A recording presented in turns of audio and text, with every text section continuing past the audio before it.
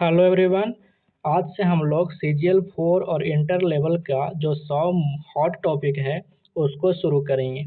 और हमारा पहला टॉपिक है सिंधु सभ्यता, इंडस वैली सिविलाइजेशन। और इससे अपने एग्जाम में क्वेश्चन देखने को मिलता ही मिलता है। तो जो भी सेलेक्टेड और इम्पोर्टेंट जो भी क्वेश्चन बनेंगे उन सारे पॉइंट्स को आज कवर करेंगे।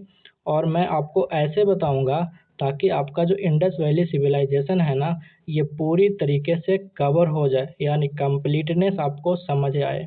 और मैं वही चीज़ें कराऊंगा जो कि बिहार एसएससी में पूछा जा रहा है अभी रिसेंटली, या फिर पहले पूछा गया है। तो अगर आपको एएसओ बनना है तो लगे रहो, बस मैं आपको ये 100 टॉपिक कंप्लीट करवाऊंगा। तो चलिए शुरू करते हैं। तो पहला यहाँ से हम देखेंगे कि सबसे पहले तो आपको यही याद रखना है कि जो सिंधु सभ्यता का जो कला विधि है, मतलब जो इसका टाइम पीरियड है, ये 2500 ईसा पूर्व से लेकर 1750 ईसा पूर्व तक है।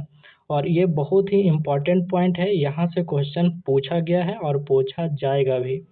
दूसरी बात आपको याद रखना है कि सिंधु सभ्यता को ब्रोंज एज सिविलाइजेशन या फिर कांस्य युगीन सभ्यता भी कहते हैं।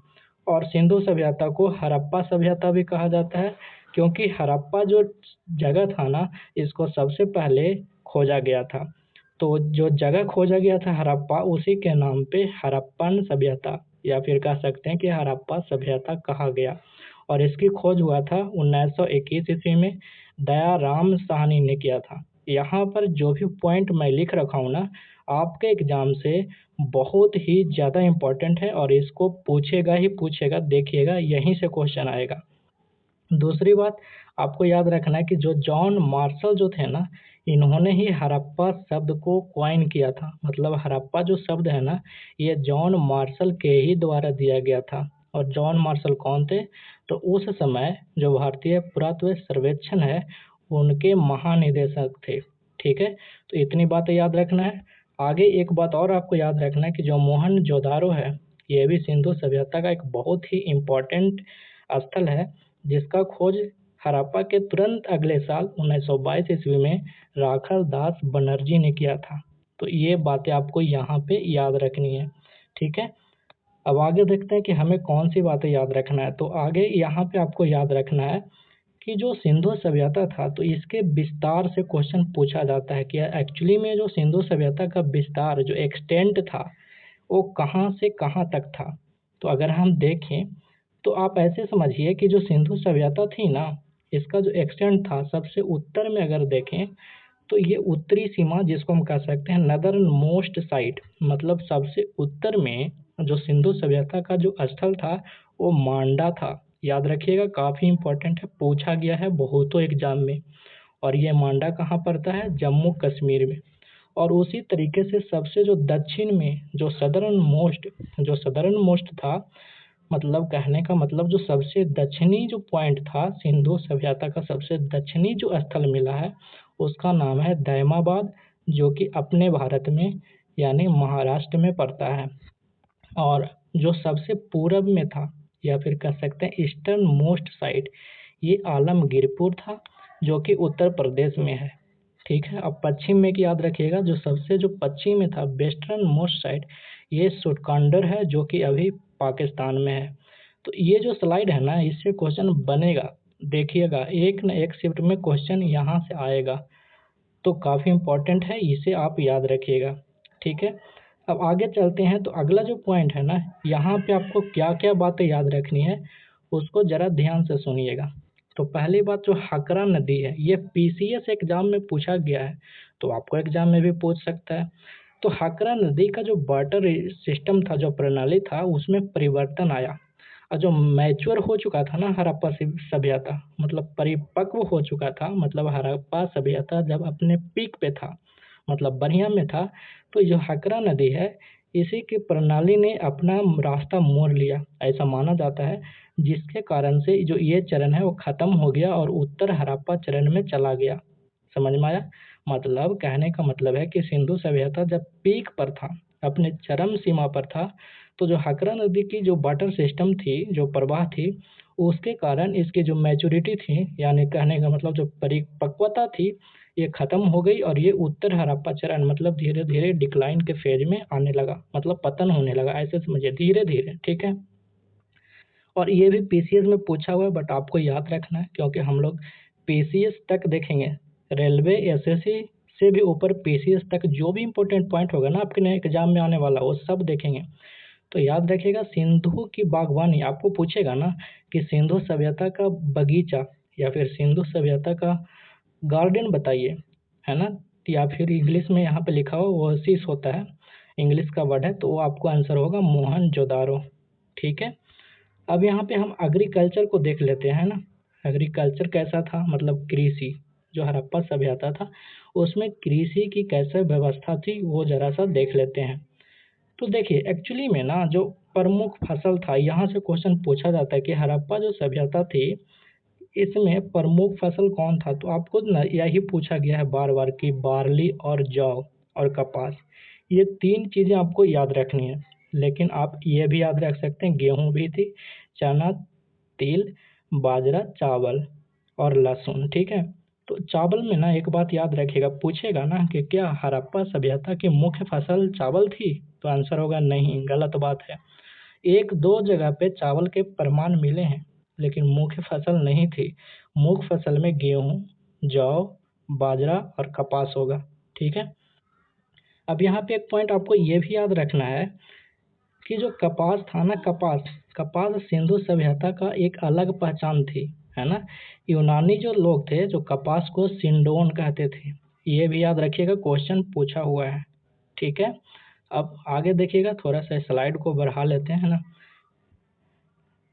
चलिए अब देखिए कृषि टेक्निक देख लीजिए, जो कृषि तकनीक था मतलब कैसे कृषि किया जाता था।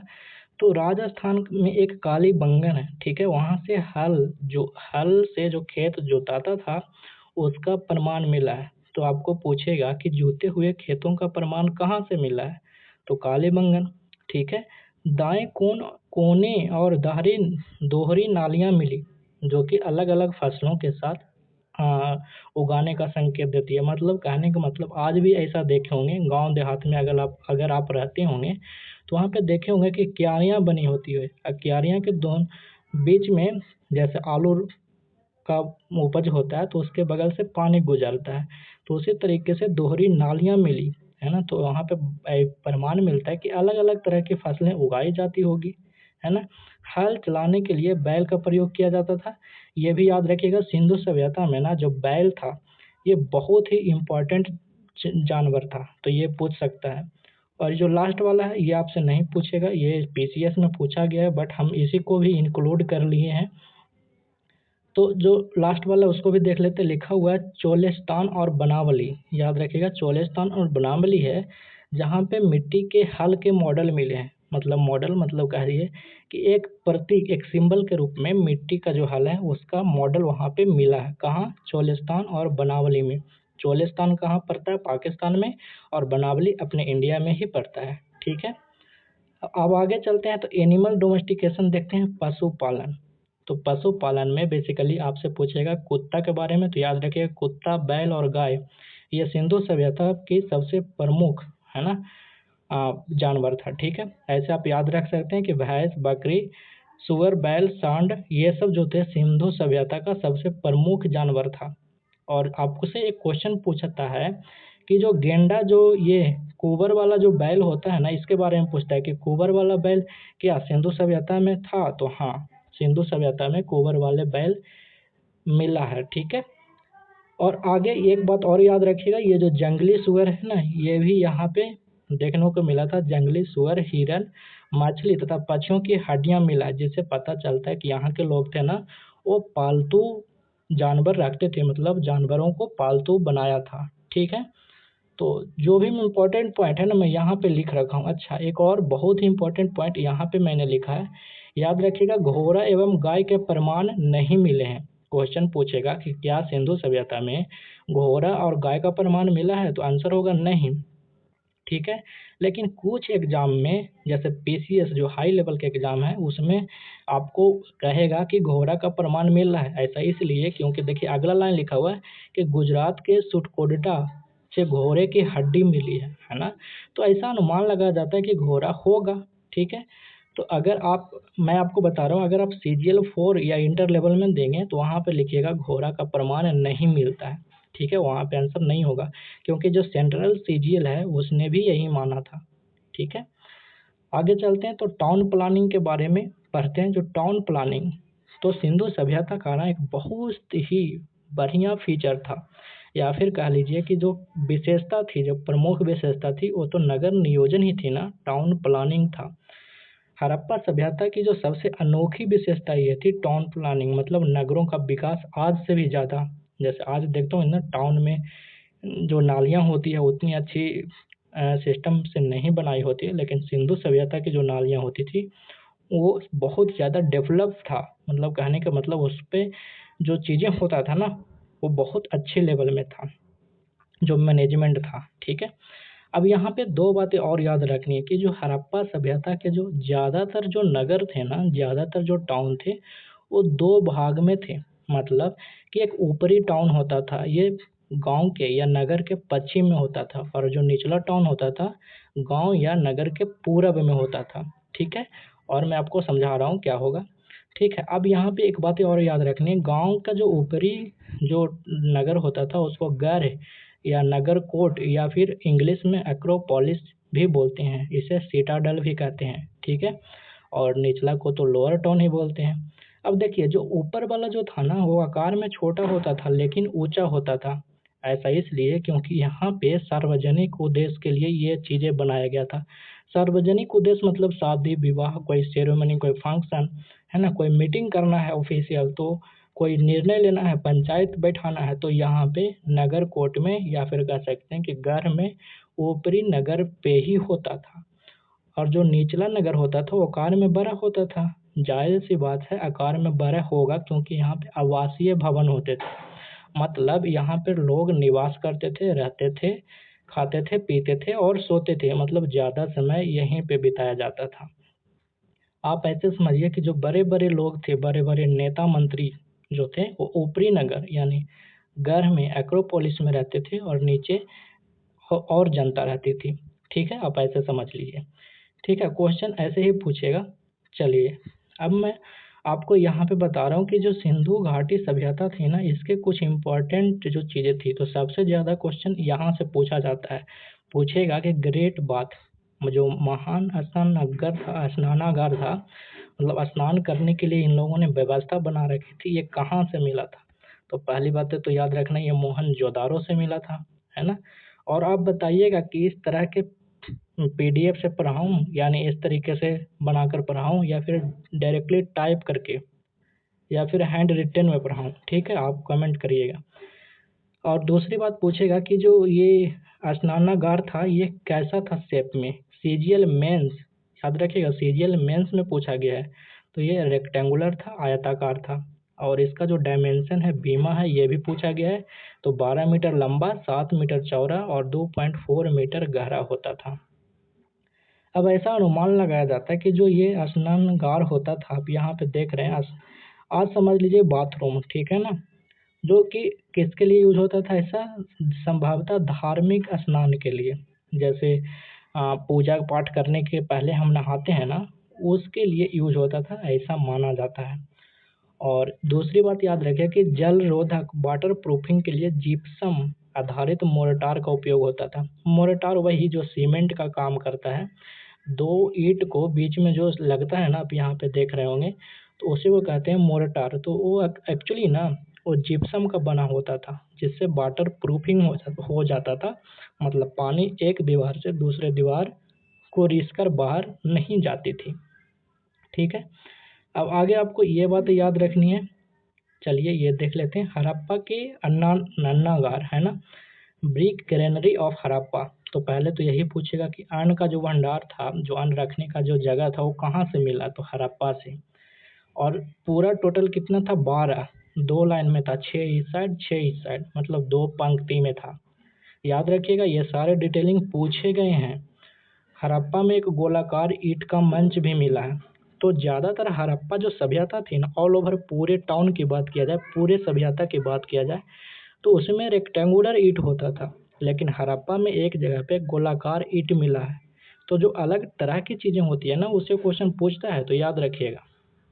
ठीक है, अब आगे चलते हैं। तो अब यहाँ पे ग्रेट ग्रेनरी के बारे में ही है कि मोहनजोदारो की यह सबसे बड़ी इमारत थी। अब तो ये जो ग्रेनरी था ना, ये जो 12 ग्रेनरी जो 6-6 पंक्ति में मिला, ये तो हड़प्पा में मिला। लेकिन अगर पूछेगा कि महान अन्नागार मतलब बहुत बड़ा हॉल, वो कहाँ मिला था, तो वो मिला था मोहनजोदारो में। ठीक है, और इसका उपयोग किस लिए किया जाता था, तो अनाज का भंडारण करने के लिए। आपने देखा होगा आज के ज़माने में हम लोग प्याज या फिर आलू, इस तरह की चीज़ें हम लोग भंडारण करने के लिए कोल्ड स्टोरेज में करते हैं ना। तो उसी तरीके का ये ग्रेट ग्रेनरी होता था। समझ में आया? देखिए सिंपल सा क्वेश्चन आएगा ना कि ग्रेट ग्रेनरी कहाँ मिला था, महान अन्नागार कहाँ मिला था, तो मोहनजोदारो में। और पूछेगा ईंट का अन्नागार कहाँ मिला था, तो हड़प्पा में। पूछेगा 2 पंक्ति में 6-6 जो अन्नागार कहाँ मिला था, हड़प्पा में। ठीक है, तो इस तरीके से आंसर देना है। अब आगे चलते हैं। तो अगला देखिएगा यहाँ पे, ये वाला देखते हैं, सिंधु सभ्यता की जल निकासी प्रणाली है ना, ड्रेनिंग सिस्टम ऑफ। तो ड्रेनेज सिस्टम था ना इंडस वैली सिविलाइजेशन का, इसमें सबसे विशिष्ट व्यवस्था थी। आपसे अगर कोई पूछे कि सिंधु सभ्यता का 2 प्रमुख विशेषता बताओ, तो सबसे पहला होगा टाउन प्लानिंग बहुत अच्छा था। दूसरा जो ड्रेनेज सिस्टम था, नलियों का जो पानी निकलता था वो बहुत अच्छे से डेवलप करवाया गया था। और नलियों के बीच में सेसपिट यानी बीच में जो टैंक होता था वो बनाए गए थे कि जो कुछ कभी-कभी मलबे या नलियों में कुछ चीज़ फँस जाएँगे तो उनको बाहर वहाँ से आसानी से निकाला जाए। तो आपने यहाँ तक देख लिया। अब देखते हैं घरेलू वास्तुकला के बारे में, पढ़ते हैं कि इन लोगों का घर कैसा होता था, है ना? मतलब घर कैसे बनाए जाते थे, ये सारी चीज़ें यहाँ पे हमें देखने को मिलेगा। तो चलिए देख लेते हैं।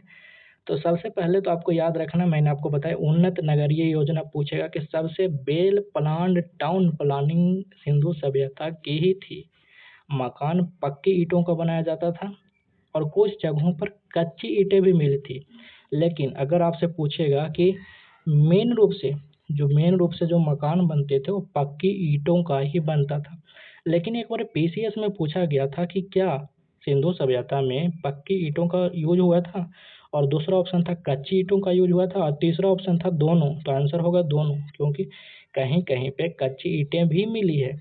लेकिन मेनली बात करेंगे, जनरली बात करेंगे, तो आपका पक्की ईंटें का ही मिलेगा। ठीक है, मानकीकृत अनुपात का मतलब जो एक स्टैंडर्ड होता था, ईंट का जो माप होता था 1:2:4, मतलब 1:2:4 में ही होता था। तो ये भी याद रखिएगा। छोटे छोटे मटके मिले हैं, ये उतना इम्पोर्टेंट नहीं है, लेकिन इतना याद रखना पूछेगा कि छोटे छोटे जो मटके मिले हैं उसमें किस चीज़ का यूज होता था। तो एक्चुअली जो परफ्यूम होता था ना, सुगंधित पदार्थ जो कि धम-धम महकता था, है ना? या तेल या फिर घी, मतलब जितना महँगा जो आइटम था ना, उसके लिए बनाया गया था छोटे-छोटे पॉटरी, है ना? छोटे-छोटे मटके। सिलबट्टे, आज के ज़माने में देखिएगा कि हमारी माँ जो है, वो मसाला पीसती थी पहले, अब तो मिक्सर में पीसा जाता है, तो सिलबट्टे पे पीसा जाता था। तो वो चीज़ें भी, अनाज पीसने वाली चीज़ें मिली है। ठीक है, तो ये सब याद रखिएगा। और दरवाजे लकड़ी के बने होते थे। जो घर होते थे, तो घर के जो दरवाजे होते थे वो एक्चुअली में लकड़ी के ही बने होते थे उस समय। और हर मकान में अपना बाथरूम होता था, है ना? आज के ज़माने में अब हम लोग इतना डेवलप हुए हैं कि अब हर घर में बाथरूम होता है। तो उस ज़माने में भी हर घर में अपना नहाने का घर होता था, स्नानागार होता था। और कई मकान में तो प्राइवेट वेल्स भी थे, मतलब निजी कुआँ था। मतलब कहने का मतलब कि अलग-अलग हर घर में अपना-अपना कुआँ था। इतना डेवलप थी हमारी सिंधु सभ्यता। अब आगे देखेंगे तो सड़कों का जाल भी बहुत अच्छा था। सड़क भी इन लोग बहुत अच्छा बना चुके थे। आज से ही तो अच्छा ही होगा।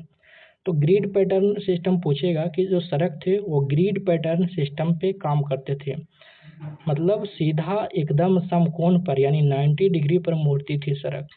ठीक है, समझ रहे हैं? एक दूसरे को 90 डिग्री पर काटती थी। और उदाहरण में पूछेगा कि ऐसा कौन सा सिंधु सभ्यता का स्थल था जहाँ से यह प्रमाण मिला है की जो सड़कें होती थी वो 90 डिग्री पर काटती थी, तो आंसर होगा लोथल। समझ गए। आगे चलते हैं तो आगे धोलावीरा। देखिए धोलावीरा ना सिंधु सभ्यता में बहुत ही इम्पोर्टेंट स्थल है, क्योंकि सबसे ज़्यादा जो वाटर जो रिजर्वियर जो मैनेजमेंट था, मतलब जो पानी का जो मैनेजमेंट था वो सबसे अच्छा धोलावीरा में ही था। आपसे पूछेगा ना कि बताइए सिंधु सभ्यता की कौन सी ऐसी स्थल है जहाँ पानी को मैनेज प्रतिबंधित करने का सिस्टम बढ़िया था, तो वो था धौलावीरा में। ठीक है, तो ये चीज़ें याद रखना है। पत्थर का उपयोग होता था, और उसके बाद चूना पत्थर की पट्टियाँ जो लाइमस्टोन स्लैब था उसका उपयोग किया जाता था नालियों को ढक्कन के रूप में। तो ये भी पूछा हुआ है पीसीएस में, तो याद रखेगा। मैं यहाँ पे 2-3 बातें बता रहा हूँ। चूना पत्थर की पट्टी, स्टोन यानी पत्थर की पट्टी, ये भी यूज किया जाता था नालियों को ढकने के लिए। ठीक है, आपसे पूछेगा कि नहरों के निशान, जो कैनाल ट्रेसेस है, नहरों का जो निशान है, ये कहाँ मिला था, तो ये एक जगह है सोर तू गई, है ना, यहाँ मिला था। ठीक है, तो ये चीज़ें आपको याद रखना है। और ये मैंने बता दिया ग्रिड पैटर्न 90 डिग्री को बोलते हैं। तो ये चीज़ें यहाँ तक समझ में आ गई। अब आते हैं हड़प्पा सभ्यता की अंत्येष्टि प्रथा। देखिएगा अंत्येष्टि प्रथा मतलब कि जब हम डेड हो जाते हैं, जब हमारी मृत्यु हो जाती है, तो जो अंतिम संस्कार होता है ना, उसकी बात कर रहा है। तो एक्चुअली में जो बात था ना, पुरुषों और महिलाओं का जो कब्र था वहाँ पे आभूषण मिला है, मतलब पुरुष भी आभूषण पहनते थे और महिलाएं भी आभूषण पहनती थी। इसका मतलब कब्र में मिला है। तो तांबे के दर्पण कॉपर मिरर भी मिला है।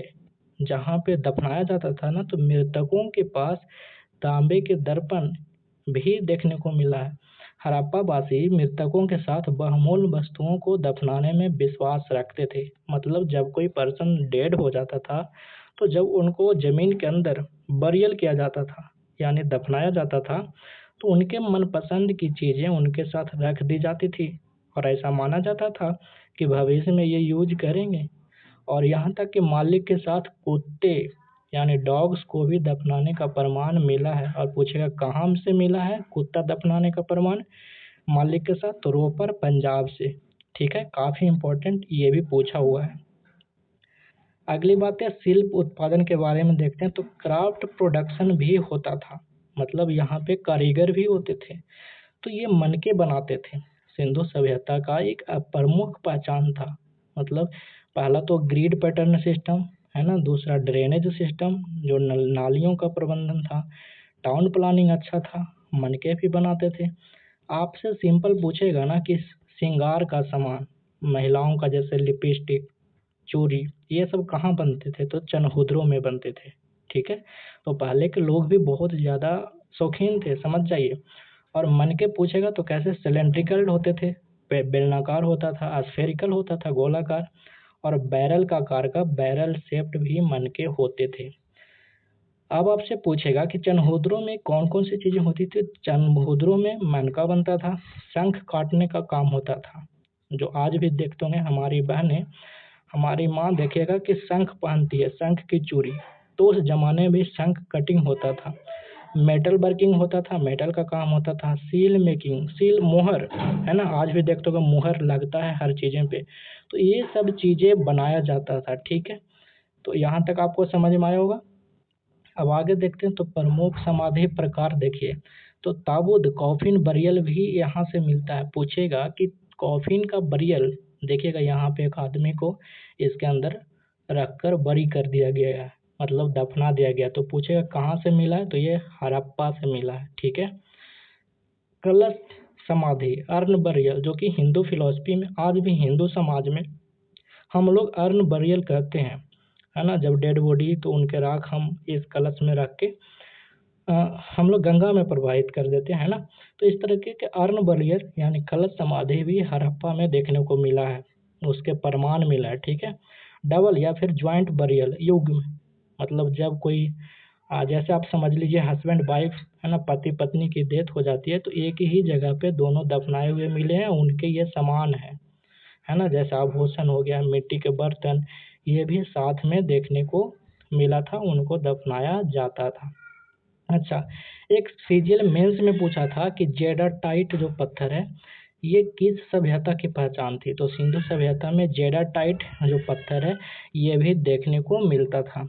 ठीक है, अब हम आगे बात करेंगे तो जो लिंगम और योनि का कंसेप्ट है ये पूछेगा कि लिंगम है ना, तो लिंग जो होता था मतलब कोई भी शंक्वाकार पत्थर की वस्तुएं होती थी उसे शिव के प्रतीक के रूप में पूजा जाता था।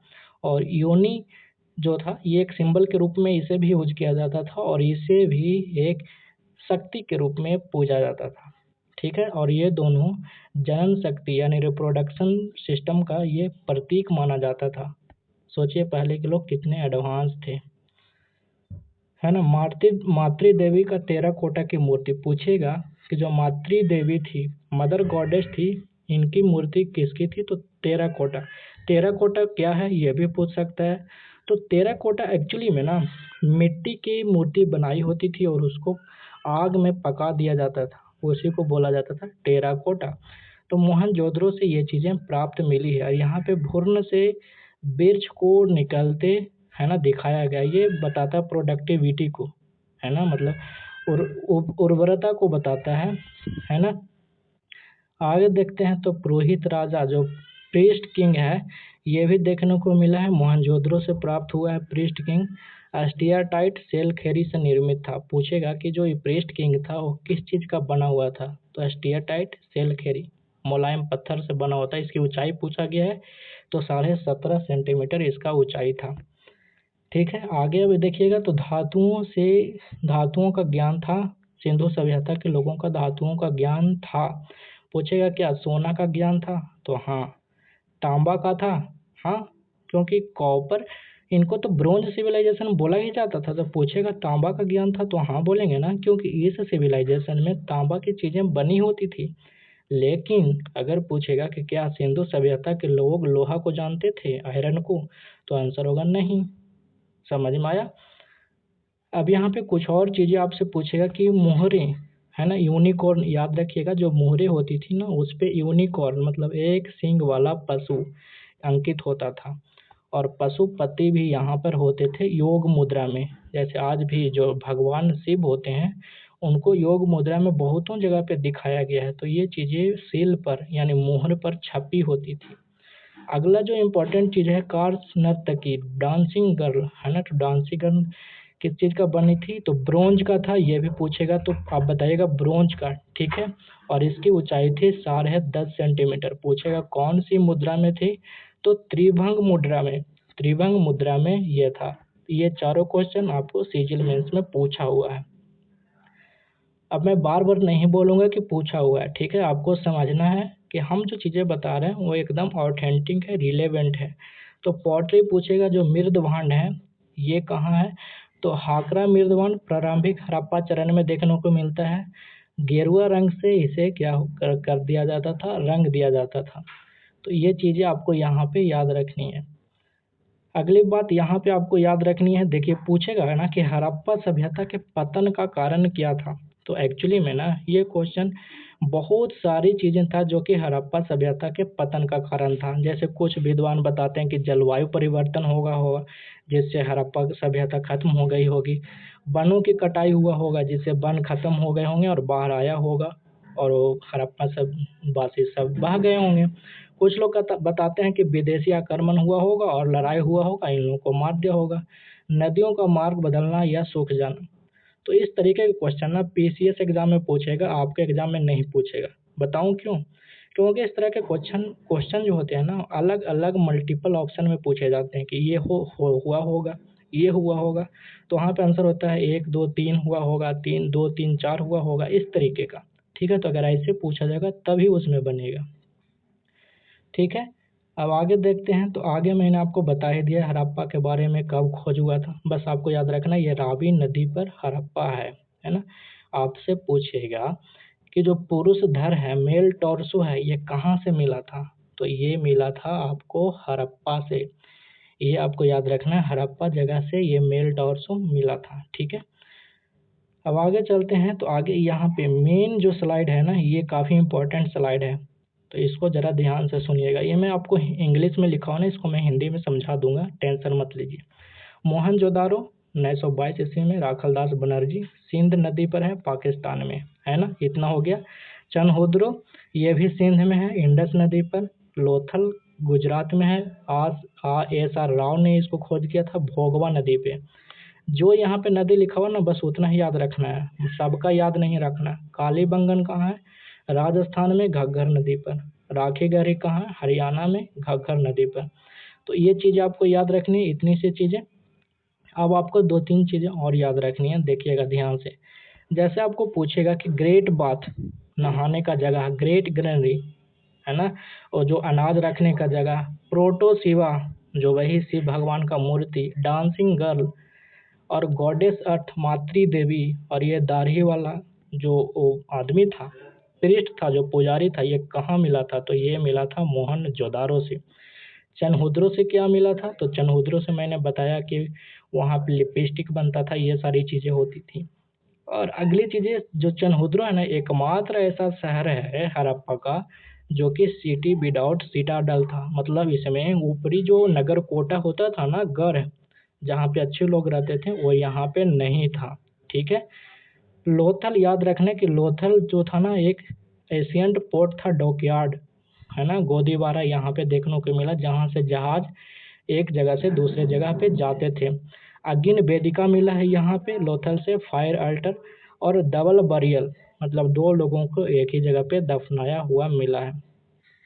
कालीबंगन में देखिएगा तो कालीबंगन में भी अगिन वेदिका मिला है, ब्लैक बेंगल्स काली चूड़ियाँ मिली है, जूते हुए हल मिले हैं और 2 अलग तरह के फसल एक ही जगह पे उपजाया हुआ मिला है। राखेगढ़ी में देखेंगे तो राखेगढ़ी पूरे इंडस वैली सिविलाइजेशन का सबसे बड़ा साइट है। पूछेगा कि सिंधु सभ्यता का सबसे बड़ा साइट कौन है? तो राखेगढ़ी। टेराकोटा का व्हील मिला है और यहाँ पे कुछ खिलौने मिले हैं। ठीक है।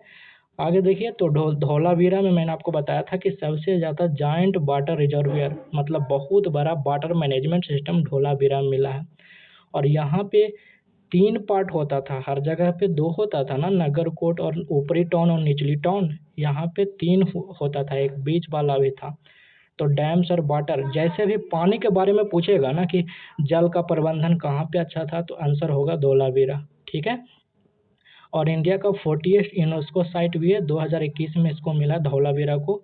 ये करेंट का क्वेश्चन है, मतलब करेंट अब तो स्टैटिक हो गया, लेकिन याद रखिएगा पूछा हुआ था इसीलिए हमने डाल दिया है। बनावली का खोज कौन किए थे? तो आर.एस. बिष्ट ने किया था। यहाँ पे बार्ली मिला है ना। टेराकोटा मॉडल ऑफ प्लाऊ मिला है, मतलब वही हल का जो मॉडल है मिट्टी के पके हुए मिट्टी का, वो मिला है। टॉयलेट मिला है घर में देखने को लिए, है ना। और भीराना सीजीएल मेंस में पूछा हुआ टियर 2 में कि भीराना कहाँ है? हरियाणा। और दूसरी बात याद रखना, भीराना हरियाणा याद रहेगा ना। और दूसरी बात है, पूरे इंडस वैली सिविलाइजेशन का सबसे पुराना साइट है। ठीक है ना। The earliest radio carbon dates, मतलब आईबीसी के लिए ये सबसे पुराना है, तभी तो सबसे पहले रेडियो कार्बन से। देखिए एक्चुअली में ना, जो हम एज का पता लगाते हैं कि कितना आयु का है, कितना दिन हुआ, रेडियो कार्बन से पता लगाते हैं, हम सबको पता है ये चीज़ें। अच्छा, सूटकोटका में याद रखिएगा कि फोर्टिफाइड सीटाडल मिला है, मतलब 4 दीवारी किया हुआ सीटाडल मिला है। एविडेंस ऑफ हॉर्स रिमेन, मैंने आपको बताया था ना कि घोड़ा, पूछेगा ना कि हॉर्स का प्रमाण मिला है तो आंसर बताइएगा नहीं। लेकिन एक जगह है सूटकोटका, यहाँ पे ना हॉर्स की हड्डी देखने को मिला है, ऐसा प्रमाण मिला कि हॉर्स की हड्डी यानी घोड़े की हड्डी। आपको पूछेगा कि पीट बरियल, मतलब गड्ढा खोद दिए और गड्ढा में दफना दिए, ये कहाँ देखने को मिला है? तो ये रोपर, जो कि पंजाब में पड़ता है। एक्सटेंडेड बरियल, मतलब एक बरियल किया गया, एक चीज़ को दफनाया गया और फिर कुछ दिन के बाद उनकी पत्नी मर गई, या फिर पहले पत्नी को दफनाया गया था फिर पति मर गया, तो उस बरियल को मतलब फिर से खोल के उस कब्र को आगे बढ़ा दिया गया और बगल में पत्नी को रख दिया गया। तो ये मिला है सोनौली में। ठीक है। तो ये चीज़ आपको समझ में आ गया होगा। तो इतना ही था। अगर आपने इतना अच्छे से समझ लिया है और पढ़ लिया है तो देखिएगा सिंधु सभ्यता से, इंडस वैली सिविलाइजेशन से एक भी क्वेश्चन, एक भी बता रहा हूँ, सीजीएल 4 और इंटर लेवल में नहीं छूटेगा। ठीक है। तो कल हम इसका ऑब्जेक्टिव देखेंगे, है ना। इसका जो भी इम्पोर्टेंट ऑब्जेक्टिव होगा उसको देखेंगे। Thank you.